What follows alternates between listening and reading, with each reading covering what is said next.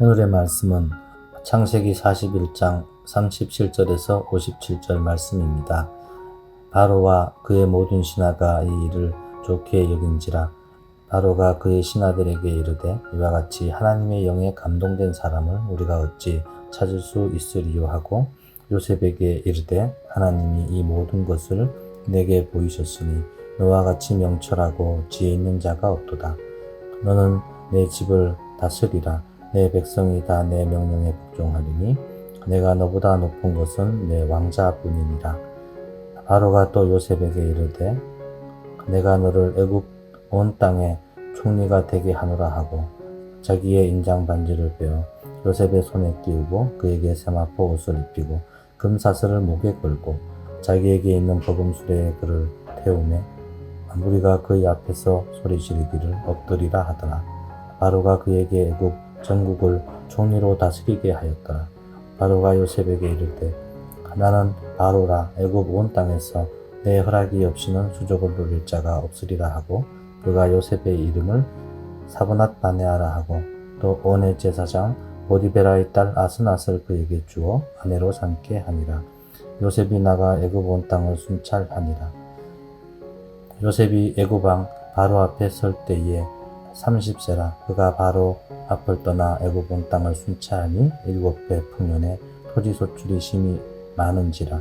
요셉이 애굽 땅에 있는 그 7년 곡물을 거두어 각 성에 저장하되 각 성읍 주위에 밭의 곡물을 그 성읍 중에 쌓아두매 쌓아둔 곡식이 바다 모래같이 심이 많아 세기를 그쳤으니 그 수가 한이 없음이었더라. 흉년이 들기 전에 요셉에게 두 아들이 나되 곧 온의 제사장 보디베라의 딸 아스낫이 그에게서 낳은지라. 요셉이 그의 장남의 이름을 므낫세라 하였으니 하나님이 내게 내 모든 고난과 내 아버지의 온 집 일을 잊어버리게 하셨다 하며 차남의 이름을 에브라임이라 하였으니 하나님이 나를 내가 수고한 땅에서 번성하게 하셨다 하였더라. 애굽 땅에 7배 풍년이 그치고 요셉의 말과 같이 7배 흉년이 들기 시작하며 각국에는 기근이 있으나 애굽 온 땅에는 먹을 것이 있더니 애굽 온 땅이 굶주리매 백성이 바로에게 부르짖어 양식을 구하는지라. 바로가 애굽 모든 백성에게 이르되 요셉에게 가서 그가 너희에게 이르는 대로 하라 하니라.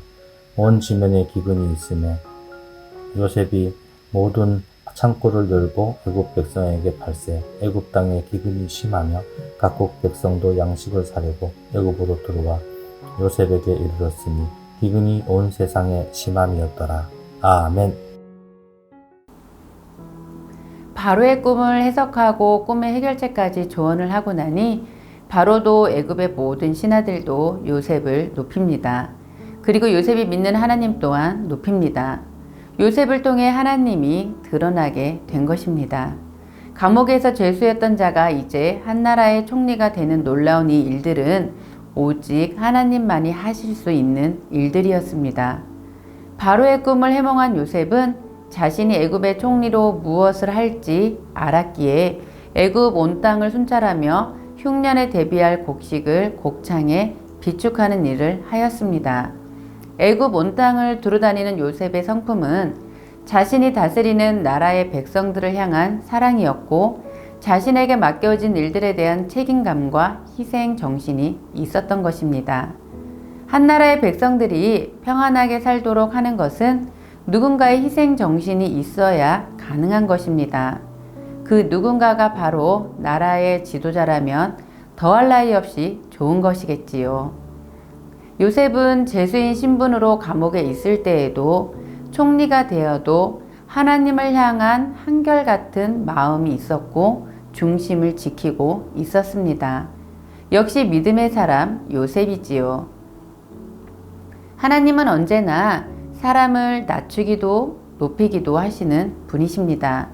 우리가 낮아지는 그때는 하나님께서 우리를 더 성장시키기 위해 훈련하시는 것입니다. 왜냐하면 하나님 당신의 자녀이기에 한순간도 우리를 놓지 않으시기 위함인 것입니다. 하나님께서 우리를 향한 선하신 뜻은 반드시 이루어집니다. 때로는 우리가 하나님의 그 뜻이 무엇인지 알 수 없지만 분명한 것은 하나님이 이루실 것을 믿으며 가야 한다는 것입니다. 이것이 믿음이지요. 참으로 요셉은 지혜롭고 명철한 자였습니다. 하나님이 어떤 분인지 안 그 순간부터 하나님을 향한 믿음을 놓지 않고 언제나 하나님을 높이는 자로 살아왔기 때문입니다. 진정 하나님을 높이고 사는 자, 하나님을 깊이 알아가는 자가 지혜자이고 명철한 자입니다. 하나님을 높이고자 하는 인생은 한 나라의 백성도 구하지만 열방의 백성들 또한 구합니다. 창세기 41장 55절의 말씀을 보면 애굽 온 땅이 굶주림에 백성이 바로에게 부르짖어 양식을 구하는지라 바로가 애굽 모든 백성에게 이르되 요셉에게 가서 그가 너희에게 이르는 대로 하라 하니라. 요셉은 애굽 백성들 뿐만 아니라 각국의 백성들에게도 양식을 팔게 되므로 열방의 모든 나라들까지 살리게 됩니다. 이렇듯 믿음의 한 사람의 역할이 얼마나 귀하고 큰지를 알게 됩니다. 하나님은 요셉을 통해 애굽의 백성들도 살리셨지만 각국의 백성들도 살리는 것을 보게 되면서 오늘 본문을 통해 믿음의 한 사람이 한 사람의 역할이 얼마나 중요한지도 알 수 있습니다. 요셉의 삶은 예수님을 예표하는 삶이었습니다. 온 열방을 구원하고자 예수님 한 사람의 희생이 있었기에 지금 우리가 있게 된 것입니다. 요셉의 삶에서 보여지는 섬김과 희생은 앞으로 오실 예수님의 모습으로 우리는 그 하나님의 계획 안에서 값없이 구원받게 되었습니다. 언제나 하나님과 깊은 교제가 있었기에 가능한 일들입니다. 나의 말과 행동 속에서 예수님을 드러내는 것은 결코 하나님과의 인격적인 만남 외에는 다른 것이 없습니다.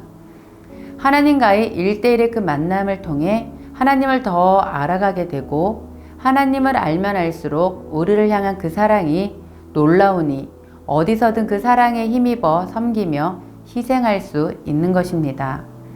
예수님이 십자가에 못 박히시며 하신 말씀이 있습니다. 엘리 엘리 라마 사박다니 나의 하나님 나의 하나님. 이 이름을 찾으신 예수님이십니다. 예수님은 어떤 상황에서도 여전히 하나님의 이름을 불렀습니다. 죽음에 이른 그 순간에서조차 예수님은 살려달라가 아닌 하나님의 이름을 붙잡았습니다.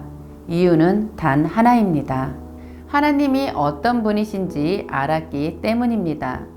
설령 그 하나님이 자신을 버리고 외면한다 할지라도 온전히 하나님만을 바라는 그 믿음으로 고통을 극복하신 것입니다.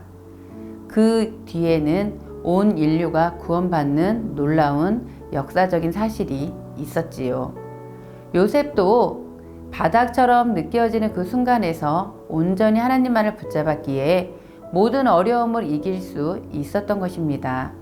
우리 역시도 하나님의 이름을 붙잡았으면 좋겠습니다. 죽을 것 같은 고통의 순간이 우리에게 온다 할지라도 독생자 아들을 내어주신 그 하나님의 사랑을 기억하며 지금까지 은혜로 나를 이끌어오신 하나님의 이름을 부르며 믿음이 흔들리지 않고 잘 이겨내셨으면 좋겠습니다. 이 마음으로 함께 기도하기 원합니다. 하나님, 우리의 삶에서 하나님만을 높이며 하나님을 드러내게 하여 주셔서 하나님의 하실 일들을 바라보게 하여 주옵소서. 하나님, 하나님과의 깊은 인격적 만남을 통하여 흔들리지 않는 믿음으로 지금 모든 상황을 이겨내도록 하나님의 이름을 붙잡는 자가 되게 하여 주옵소서.